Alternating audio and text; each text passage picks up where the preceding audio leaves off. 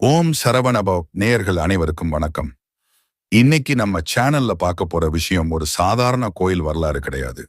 இது ஒரு உயிரோட்டமான அதிசயம். ஒரு கற்சிலை தானாக கண் திறக்குமா? ஒரு சிலையிலிருந்து ஒளி வீச முடியுமா? கண்டிப்பா முடியும் அப்படின்னு உலகத்துக்கே நிரூபிச்ச ஒரு புண்ணிய தலம் தான் திருவள்ளூர் பொன்னேரி பக்கத்துல இருக்கிற சின்னக்கவனம் பாலமுருகன் கோயில். இந்த புத்தாண்டில் இருந்து சமூக வலைதளங்களில் ஒரு வீடியோ வேகமாக பரவி வருகிறது. அந்த பாலமுருகன் சிலையின் கண்கள் திறந்ததாக சொல்லப்படும் இந்த காணொளி பல பக்தர்களின் மனதை உருக்கி இருக்கிறது. பாலமுருகன் சிலையின் கண்கள் திறந்ததாக சொல்லப்படும் அந்த நிமிடம் அதை பார்த்தவர்கள், முருகன் நம்மை பார்த்தார் என்று மனம் உருகி நின்றார்கள். பலர் வாழ்க்கையில் வேதனை, வலி, கஷ்டம், கண்ணீர் எல்லாத்தையும் சுமந்து கொண்டிருக்கும் இந்த காலத்தில் முருகன் தன் பக்தர்களை பார்த்து கொண்டிருக்கிறார் என்ற ஒரு நம்பிக்கை இந்த வீடியோ மூலம் கிடைத்தது. இந்த கோவிலுக்கு பெரிய கோபுரமோ அதிக அலங்காரமோ இல்லை. ஆனால் பக்தர்களின் கண்ணீரும் வேண்டுதலும் நம்பிக்கையும் இந்த கோவிலுக்கு ஒரு தனி சக்தியை கொடுத்திருக்குது. அப்படி பாலமுருகன் சிலைக்கு கண் திறந்த அந்த நிமிடம் என்ன நடந்தது? அந்த சிற்பிக்கு ஏற்பட்ட அனுபவம் என்ன? இந்த கோயிலோட ரகசியங்கள் என்ன? இதை பத்தி ஆழமான தகவல்களை இந்த வீடியோல பார்க்க போறோம். ஸ்கிப் பண்ணாம முழுசா பாருங்க. ஏன்னா இது உங்க வாழ்க்கையையே மாத்தக்கூடிய ஒரு தரிசனமா இருக்கலாம். சென்னைக்கு மிக அருகில் உள்ள திருவள்ளூர் பொன்னேரிக்கு அருகில் அமைந்திருக்கும் ஒரு அழகான கிராமம் சின்னக்காவனம். இந்த பகுதியில் பல நூற்றாண்டுகளுக்கு முன்பே ஆன்மீக அதிர்வுகள் நிறைந்திருந்தது. இங்கிருக்கும் பாலமுருகன் மற்ற முருகர் கோயில்களை விட ஒரு தனிச்சிறப்பு கொண்டவர். சிறுவாபுரி முருகனைப் போலவே இவரும் வேண்டுவோர்க்கு வேண்டுவன் அளிக்கும் வரப்பிரசாதி. ஆனால் இந்த பாலமுருகன் உருவான விதம்தான் மிகப்பெரிய வியப்பு. இது ஒரு சுயம்பு சிலை அல்ல, ஒரு சிற்பியால் செதுக்கப்பட்ட சிலை. ஆனால் அந்த சிலைக்குள் எப்படி உயிர் வந்தது என்பதுதான் நாம் இன்றைக்கு பார்க்க போகும் மையப்பொருள். சுமார் பல ஆண்டுகளுக்கு முன்பு இந்த கோயிலுக்காக ஒரு பாலமுருகன் சிலையை வடிக்க வேண்டும் என்று ஊர் மக்கள் முடிவு செய்தார்கள். அதற்காக ஒரு சிறந்த சிற்பி நியமிக்கப்பட்டார். அந்த சிற்பி முருகப்பெருமான் மீது மிகுந்த பக்தி கொண்டவர். அவர் வெறும் கல்லாக பார்க்காமல் முருகனை தன் குழந்தையாக நினைத்து சிலையை செதுக்கத் தொடங்கினார். கடும் விரதம் இருந்து ஒவ்வொரு நுணுக்கத்தையும் பார்த்து பார்த்து செதுக்கினார். ஆகம விதிப்படி ஒரு சிலையை செதுக்கி முடித்த பிறகு நேத்திர உன்மீலனம் என்ற சடங்கு நடைபெறும். அதாவது சிலையின் கண்களை திறக்கும் இறுதிப் பணி. இது ஒரு சிற்பியின் வாழ்க்கையில் மிக முக்கியமான கட்டம். சிற்பி முருகனின் கண்களை செதுக்கத் தொடங்கிய அந்த தருணம் ஒரு அதிசயம் நடந்தது. சிலையின் கண்களில் இருந்து ஒரு பிரகாசமான ஜோதி வெளிப்பட்டது. அந்த ஒளி அந்த இடத்தையே நிறைத்தது. திடீரென அந்த சிலைக்கு உயிர் வந்தது போன்ற ஒரு உணர்வு ஏற்பட்டது. அந்த ஒளியின் வேகத்தை தாங்க முடியாமல் சிற்பியின் கண்களில் ஒரு கணம் இருள் சூழ்ந்தது. அவர் திகைத்து போனார். ஆனால் மறுநொடியே முருகனின் குழந்தை முகம் அவர் முன் சிரித்துக் கொண்டிருந்தது. நான் வந்துவிட்டேன் என்று முருகன் சொல்வது போல அந்த சிலையிலிருந்து ஒரு தெய்வீக அதிர்வு வெளிப்பட்டது. அந்த சிற்பிக்கு முருகனை நேரில் வந்து காட்சி கொடுத்ததாக இன்றும் சொல்லப்படுகிறது. இந்த கோயிலுக்கு செல்பவர்கள் கவனித்திருப்பீர்கள். மற்ற சிலைகளுக்கும் இந்த பாலமுருகன் சிலைக்கும் நிறைய வித்தியாசங்கள் உண்டு. பொதுவாக சிலைகளில் கண்கள் மேலோட்டமாக செதுக்கப்படும்.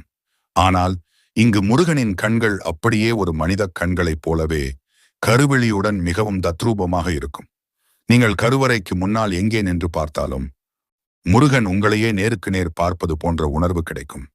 ஒரு 5 வயது குழந்தை தன் தாயை பார்த்து எப்படி ஒரு கள்ளமில்லாத சிரிப்பை சிரிக்குமோ அதே புன்னகை இன்றும் அந்த சிலையில் வற்றாமல் இருக்கிறது. அந்த நாள் மற்ற நாட்களைப் போலத்தான் தொடங்கியது. காலை பூஜை, மாலை தீபம். முருகன பெருமான் முன் கைகூப்பி நின்ற சில பக்தர்கள். யாரும் எதிர்பார்க்கவில்லை அந்த நாள் மனசுக்குள் ஆழமாக பதியும் ஒரு நாளாக மாறும் என்று.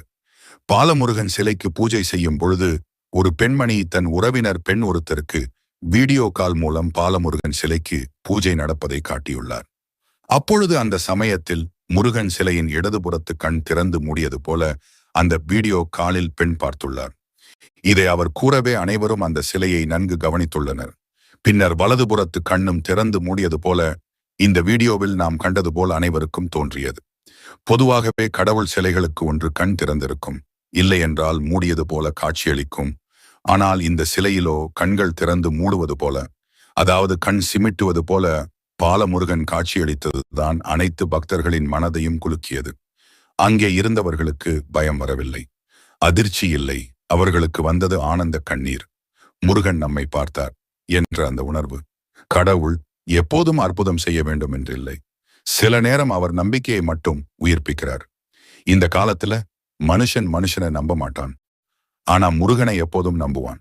அந்த கோவிலுக்கு கடன் பிரச்சனை, குடும்ப சண்டை, நோய், வேலை இல்லாத நிலை, மன அழுத்தம் போன்ற பல பிரச்சனைகளோடு வரும் எல்லாரும் சொல்ற ஒரே வார்த்தை, இங்க வந்தா மனசு லேசா ஆகுது. பக்தி என்றால் கோவிலுக்கு போறது மட்டுமில்லை. பக்தி என்றால் மனசு உடைந்த நேரத்திலும் கடவுளை நம்புவது. பக்தி என்றால் எதுவும் இல்லாத நேரத்திலும் அவர் இருக்கிறார் என்று உணர்வது. அந்த கோவிலுக்கு சின்ன சின்ன குழந்தைகள் வந்து முருகன் முன்னாடி நின்று சிரிப்பதை பார்க்கலாம். அந்த சிரிப்பில் ஒரு தூய்மை இருக்குது. ஆன்மீக ரீதியாகவும் மருத்துவ ரீதியாகவும் பல பக்தர்கள் இங்கு வந்து பலன் பெற்றுள்ளனர். பார்வை கோளாறு, கண் பார்வை மங்குதல், கண்புரை அல்லது அறுவை சிகிச்சை செய்து கொள்பவர்கள் இங்கு வந்து வேண்டிக் கொள்கிறார்கள். அபிஷேகம் செய்த தீர்த்தத்தை கண்களில் ஒற்றிக்கொண்டால் பார்வை தெளிவாகும் என்பது நம்பிக்கை. வெறும் ஊனக்கண் மட்டுமல்ல, நம் மனதிற்குள் இருக்கும் அறியாமை என்ற இருளை நீக்கி ஞானம் என்ற அகக்கண்ணை திறக்கச் செய்யும் ஆற்றல் இந்த பாலமுருகனுக்கு உண்டு. செவ்வாய் தோஷம், திருமணத் தடைகள் உள்ளவர்கள் இங்கு செவ்வாய்க்கிழமைகளில் வந்து நெய் தீபம் ஏற்றி வழிபட்டால் விரைவில் சுப காரியங்கள் கைகூடும். இந்த கோவிலுக்கு செல்வது எப்படி? சென்னையில் இருந்து பொன்னேரிக்கு ஏராளமான பேருந்துகள் மற்றும் மின்சார ரயில்கள் உள்ளன. பொன்னேரி ரயில் நிலையத்திலிருந்து ஆட்டோ மூலம் சின்னக்காவனம் பாலமுருகன் கோயிலுக்கு எளிதில் செல்லலாம். முக்கிய நாட்களாக கிருத்திகை, சஷ்டி மற்றும் வைகாசி விசாகம் போன்ற நாட்களில் விசேஷ அலங்காரங்கள் நடைபெறும். நேரம் காலை 7 மணி முதல் 12 மணி வரை, மாலை 4:30 முதல் இரவு 8:30 வரை கோயில் நடை திறந்திருக்கும். நண்பர்களே, இன்னைக்கு நாம பார்த்த இந்த சின்னக்காவனம் பாலமுருகன் கதை வெறும் வரலாறு மட்டுமில்ல, இது ஒரு பெரிய நம்பிக்கை.